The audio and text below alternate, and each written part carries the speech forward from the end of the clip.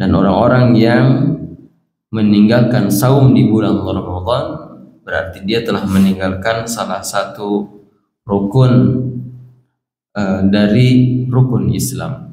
Artinya nggak mungkin orang seperti ini dikatakan keislamannya baik. Alhamdulillahirabbil alamin, wassalatu wassalamu ala asyrafil anbiya'i wal mursalin sayyidina wa maulana Muhammadin wa ala alihi wa sahbihi ajma'in. Hadirin Bapak Ibu jamaah salat subuh yang dimuliakan Allah Subhanahu wa taala. Insyaallah kita akan melanjutkan pembahasan tentang dosa-dosa besar yang diambil dari kitab Al-Kabair karya Imam Az-Zahabi rahimahullah. Sekarang kita masuk ke pembahasan dosa besar yang ke-10. Dosa besar yang ke-10 adalah membatalkan puasa Ramadan tanpa alasan atau rukhsah. Membatalkan puasa Ramadan tanpa alasan atau rukhsah. Sebagaimana kita ketahui bahwa saum di bulan Ramadan adalah salah satu rukun di antara rukun-rukun Islam. Islam dibangun di atas 5 perkara, salah satunya adalah melaksanakan saum di bulan Ramadan. Dan orang-orang yang meninggalkan saum di bulan Ramadan berarti dia telah meninggalkan salah satu rukun dari rukun Islam. Artinya nggak mungkin orang seperti ini dikatakan keislamannya baik. Berkaitan dengan membatalkan saum di bulan Ramadan, Nabi sallallahu alaihi wasallam bersabda, "Man aftara yawman min Ramadan min ghairi 'udrin wala rukhsatin lam yaqdihi shaumud dahri walau shamahu." Barang siapa yang membatalkan puasa Ramadan tanpa alasan dan tanpa rukhsah, artinya orang itu boleh berbuka puasa kalau memang punya alasan. Kalau memang ada alasan secara syar'i yang membuat dia boleh berbuka, ya, seperti orang yang sakit, orang yang dalam safar, orang yang dalam keadaan terjepit, ya karena misalnya pekerjaan yang amat sangat berat. Nah, orang seperti ini boleh berbuka dan wajib mengqadha di kesempatan yang lain di luar bulan Ramadan. Dan juga tanpa rukhsah, tanpa keringanan, maka ia tidak akan bisa membayarnya walaupun puasa seumur hidup. Ya. Meskipun ia menggantinya dengan puasa seumur hidup. Apa yang sudah ia lewatkan berupa membatalkan saum di bulan Ramadan tanpa alasan tidak akan pernah bisa diganti selama-lamanya. Ini menunjukkan bahwa membatalkan puasa di bulan Ramadan tanpa alasan, tanpa udzur adalah perkara yang serius. Nabi sallallahu alaihi wasallam bersabda, "As-salawatul khams wal jumu'atu ila al-jumu'ah, Ramadan ila Ramadan, kafaratu lima bainahuna majtunibatil kabair." Salat yang 5 waktu, Jumat ke Jumat, Ramadan ke Ramadan adalah penghapus dosa-dosa di antara waktu-waktu itu, majtunibatil kabair, selama ia meninggalkan dosa-dosa besar. Selama orang itu meninggalkan dosa besar, maka Jumat ke Jumat menghapuskan dosa di antara Jumat yang satu dengan Jumat yang lain, dan seterusnya. Nah, selama orang itu meninggalkan dosa besar, artinya kalau dosa besar tidak ditinggalkan, artinya dia melakukan dosa besar, maka tidak lagi Jumat ke Jumatnya, Ramadan ke Ramadannya sebagai penghapus dosa-dosa. Harus ditobati dulu dosa besarnya. Hadirin rahimakumullah, saum itu kan seseorang menahan dirinya dari makan, minum, kemudian berhubungan suami istri sejak pagi, ya sejak waktu imsak sampai kemudian waktu berbuka dengan niat mendekatkan diri kepada Allah Subhanahu wa taala. Bukan karena ingin sehat, bukan karena kebiasaan, ya, karena siapa yang melakukannya karena kebiasaan atau karena ingin sehat, maka berkurang nilai saumnya. Nabi sallallahu alaihi wasallam Nabi bersabda, "Man lam yada' qaul az-zuri wal 'amal bihi wal jahla fala hajata lillahi bi ay yada'a at-ta'ama wasyarab." Siapa yang tidak meninggalkan perkataan dan perbuatan dusta dan perbuatan bodoh, maka Allah tidak mempunyai keperluan terhadap dirinya yang telah menahan lapar dan dahaganya. Artinya orang yang saum, ya. Orang yang saum tetapi ia melakukan perbuatan atau berkata dengan satu perkataan yang di dalamnya ada perbuatan dosa dan dusta, maka saum seperti ini Allah Subhanahu wa taala tidak membutuhkannya sama sekali. Jadi singkatnya bahwa meninggalkan saum di bulan Ramadan tanpa alasan adalah termasuk dosa besar, ya. Termasuk dosa besar. Tentu ini ditujukan kepada para mukallaf, ya, pada para mukallaf, pada orang-orang yang sudah balik. Adapun kepada anak-anak tidak berlaku. Artinya anak-anak kita juga kan kadang ikut saum. Mereka baru usia 6 tahun, 7 tahun, 8 tahun, lalu kadang mereka berbuka di siang harinya, ya. Mereka bukan mukallaf, ya, belum terkena hukum taklif, belum balik, ya, maka tidak mengapa kalau kemudian mereka berbuka, ya, dan mereka tidak dikatakan telah melakukan dosa besar. Adapun yang dikatakan telah melakukan dosa besar itu ya orang-orang yang sudah dewasa, orang-orang yang sudah balik, orang-orang yang sudah mukallaf. Kemudian dosa besar berikutnya yang ke-11 adalah lari dari medan pertempuran, ya, lari dari medan perang. Allah Subhanahu wa taala berfirman, "Wa may yuwallihim yawma idzin duburahu illa mutaharrifan liqitalin aw mutahayyizan ila fi'atin faqad ba'a bi ghadabin minallahi wa ma'wahu jahannam wa bi'sal masir." Siapa yang mundur pada waktu itu, pada waktu perang sedang berkecamuk atau pasukan sudah saling berhadapan, ya, kecuali untuk bersiasat maksudnya siasat di dalam perang itu, atau hendak menggabungkan diri dengan pasukan lain, maka sungguh orang itu kembali dengan membawa kemurkaan dari Allah, tempatnya ialah neraka jahanam dan seburuk-buruk tempat. Jadi dosa besar ke-11 ini adalah melarikan diri dari medan perang. Orang sudah berkecamuk atau sudah berhadap-hadapan, ya, dengan musuh, lalu kemudian dia lari, maka larinya itu kepada kemurkaan Allah Subhanahu wa taala, dan Allah Subhanahu wa taala menjanjikan untuk mereka jahanam, waliyadzubillah, ya. Jadi dosa besar orang melarikan diri dari medan tempur, medan jihad, kecuali kalau mundur ke belakangnya untuk dua hal. Pertama, sebagai siasat, ya, seperti taktik perang gerilya. Kadang ia mukul kemudian mundur lagi, ya kan? Itu adalah siasat, strategi, maka dia tidak termasuk yang disebutkan di ayat tadi. Atau yang kedua, mereka mundur untuk bergabung dengan pasukan kaum muslimin yang lain yang banyak sehingga terkumpul kekuatan. Nah, kalau tujuan seperti itu, maka tidak termasuk apa yang diancamkan oleh Allah Subhanahu wa taala di dalam ayat tadi. Mundurnya seseorang dari medan perang, dari medan jihad, itu mengandung dua kerusakan. Pertama, meruntuhkan mental kaum muslimin, ya kan? Jadi kalau salah seorang di antara mereka atau sebagian dari pasukan kaum muslimin itu mundur, ini akan meruntuhkan mental kaum muslimin yang lain yang masih bertahan. Yang kedua, memperkuat mental orang-orang kafir.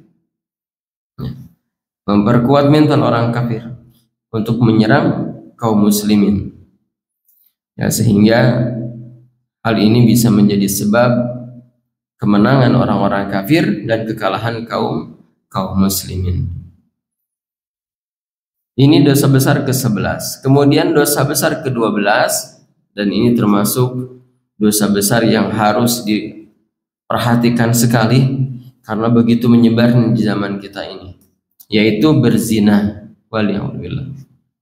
Berzina. Ya. Allah Subhanahu wa taala berfirman, "Wala taqrabuz zina innahu kana fahisyatan wa sa'a sabila." Janganlah kalian dekat-dekat kepada zina, karena sungguhnya ia adalah perbuatan yang keji dan sesuatu yang jalan yang buruk. Ya, zina adalah perbuatan keji dan satu jalan yang buruk. Larangan zina kita tidak akan mendapatkannya. Ya, Allah Subhanahu wa taala tidak menyebutkan janganlah berzina, atau Nabi sallallahu alaihi wasallam janganlah berzina. Tapi Allah Subhanahu wa taala mengatakan wala taqrabuz zina, jangan mendekati perzinahan. Artinya mendekati perzinahan saja, melakukan sesuatu yang bisa menjadi sebab zina saja sudah dilarang, sudah haram hukumnya. Lalu bagaimana lagi dengan zinahnya? Ya, kalimat Allah Subhanahu wa taala wala taqrabuz zina, jangan dekat-dekat zina, artinya jangan melakukan sesuatu yang menjadi sebab terjadinya zina. Sesuatu yang bisa menjadi sebab zina itu banyak. Di antaranya misalnya melihat perempuan yang tidak halal baginya, atau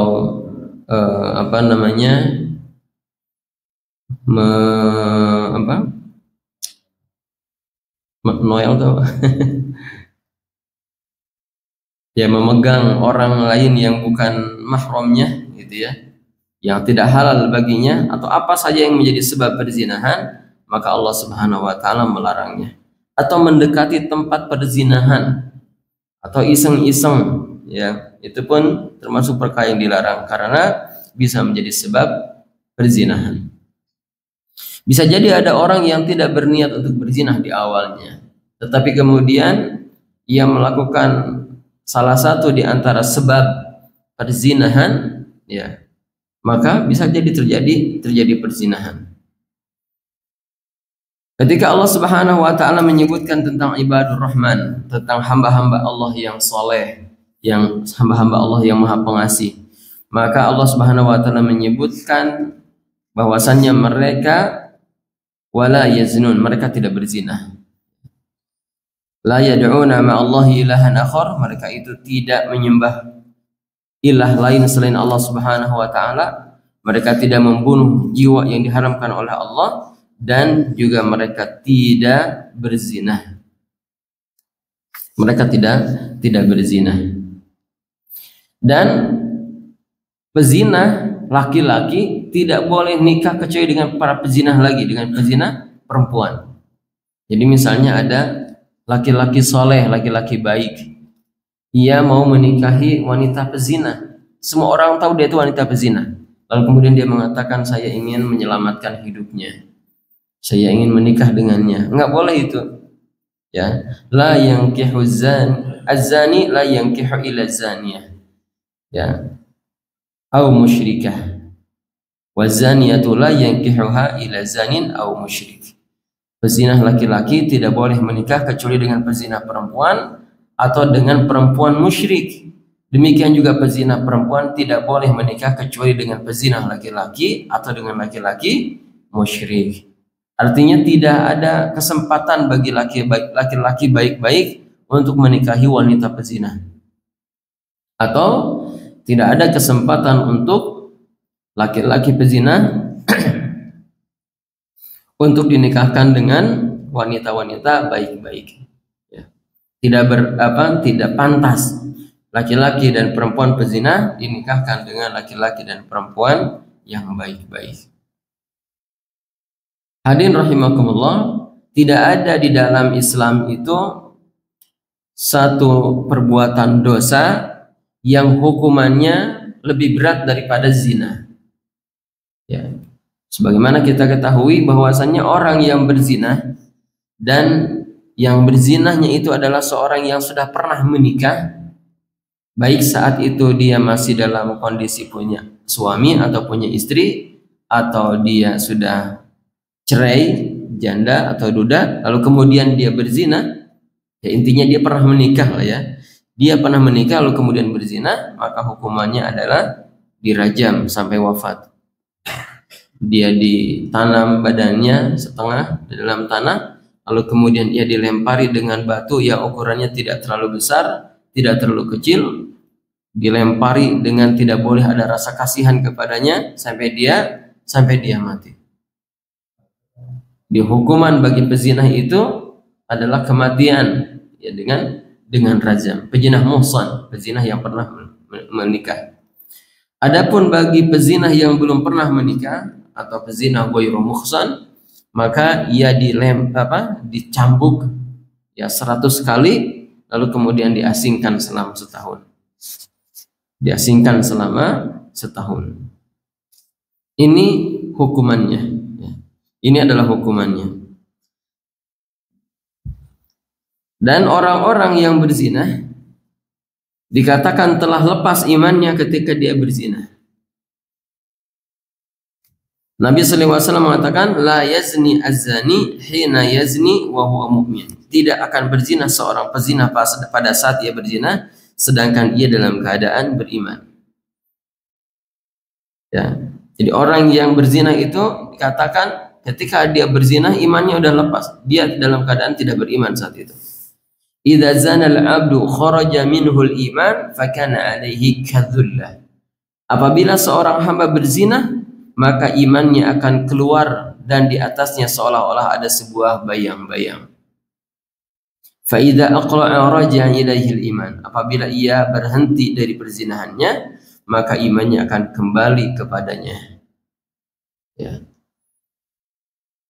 Man zana aw syaribal khamr naza'allahu minhu al-imana kama yakhla'al insanu al-qamisa min ra'sihi. Al-qamisa min ra'sihi. Siapa yang berzina atau minum arak, maka Allah mencabut imannya sebagaimana seorang yang melepaskan baju melalui kepalanya.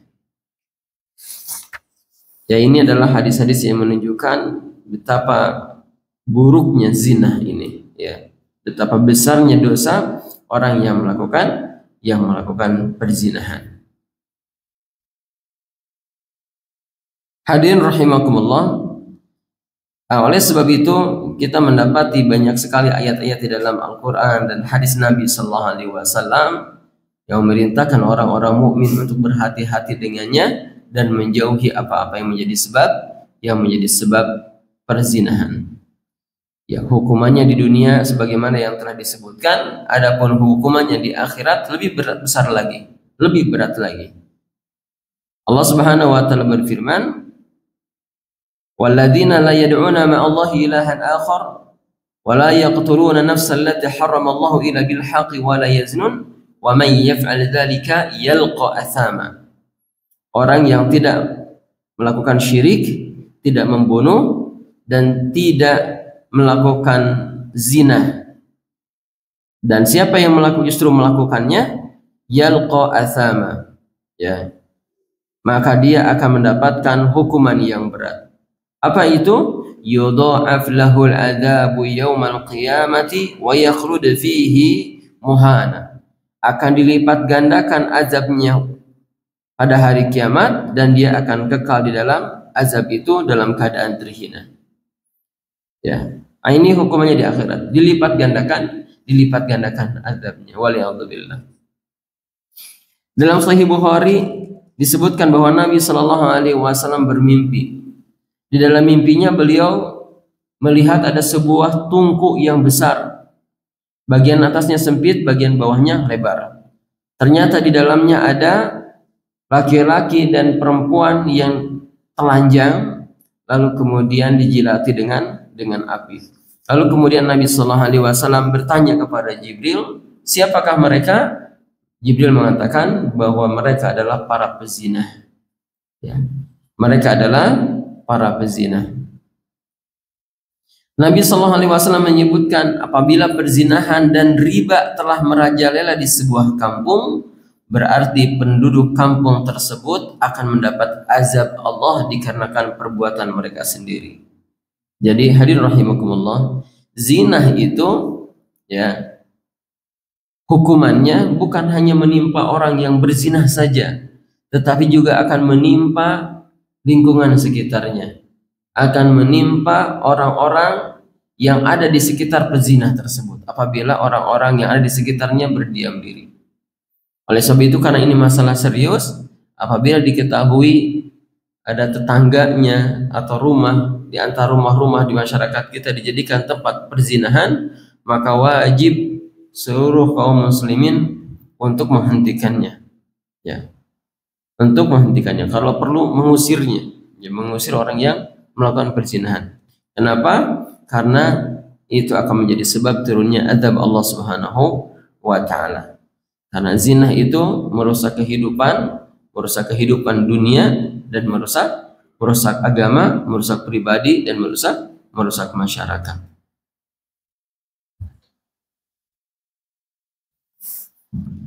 Allah Subhanahu wa Ta'ala telah menetapkan hukuman bagi pezina dan juga bagi penuduh orang yang berzina.